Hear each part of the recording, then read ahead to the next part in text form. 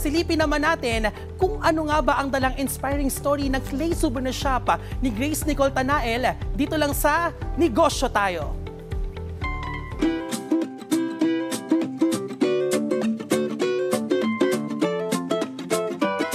Si Grace Nicole Paredes Tanael, owner and clay artist behind Sweetie's Clay Souvenir Shop, at sa halagang 10,000 pesos ako po ay nakapagtayo ng sarili kong negosyo.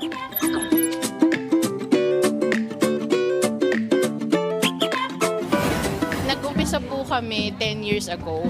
Nagkaroon kasi ako ng interest. Mahilig ako sa aso eh. Ngayon nakita ako ng picture sa Facebook ng dog keychain. Tapos made of polymer clay din siya. Tapos sabi ko, parang kaya ko gawin yon. Pero inumpisahan ko muna sa air dry clay. So, na-enjoy ko yung paggawa. Kasi syempre, imagine from something na walang hugis to may hugis, may kurba, and may design. So, natuwa ako, na-enjoy ko. Then eventually, yung hobby ko na yun, tinuloy ko na siya into business talaga. Bago po ako mag-start ng business na to, may work po ako as a computer attendant po. So, syempre dahil may time ako at may internet access, doon ko po inumpisahan na manood ng mga tutorials, ng mga how-tos, ganyan. Then, eventually, talagang mahilig na naman talaga ako sa arts, bata pa. Naalala ko, yung lola ko, sabi nga sa akin, alam mo, kakagawa mo ng yung mga gifts na binibigay ko sa kanila ng mother ko, sa father ko. Sabi niya, alam mo, one day magkakaroon ka ng gift shop. And true enough, nagkaroon nga.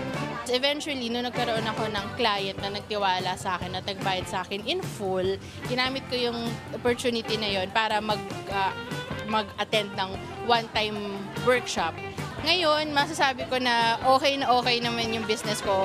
Ang hindi lang kasi basta sa kita or sa volume ng order, pero ang nagpapasaya sa akin is yung mga repeat orders. Yun talaga. I guess yun yung masasabi ko na talagang success ng business ko dahil hindi lang isang beses umorder, kundi may repeat pa. And may referrals pa. Madami ring mga challenges. Siyempre, una yung tiwala ng tao. Siyempre, dahil baguhan ka pa, yung legitimacy mo, yung pagiging crafter mo itself, naki-question minsan kung legit ka pa, kung maganda pa talaga yung products. Well, syempre, bilang woman entrepreneur, minsan mahirap din dahil hindi ka lang naman basta entrepreneur, asawa ka din, anak ka din, apo ka rin. So, madami tayong mga hats na sinusuot paminsan-minsan, and minsan mahirap din, pero kayang-kaya. Isa sa mga mabibigay ko talaga na advice is for you to follow your enthusiasm.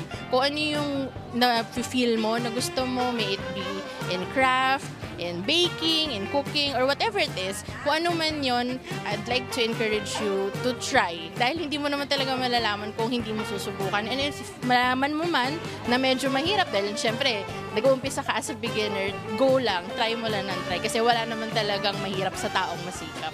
So ito po yung mga products namin, mainly mga souvenirs po. Like for example, this one po ay para sa first birthday, ang theme is safari. And then this one naman po, ang theme niya is sunflower.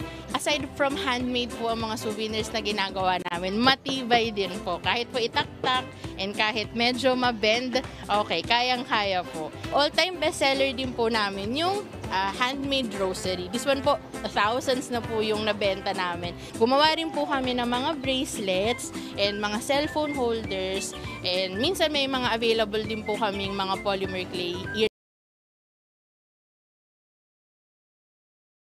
earrings. Pero po sa na kahit may mga pagdududa, subukan nyo lang po. Cooking man yan, baking man yan, tungkol man sa crafts, kagaya ko, subukan mo lang dahil hindi mo malalaman kung hindi mo susubukan. Tara, negosyo tayo!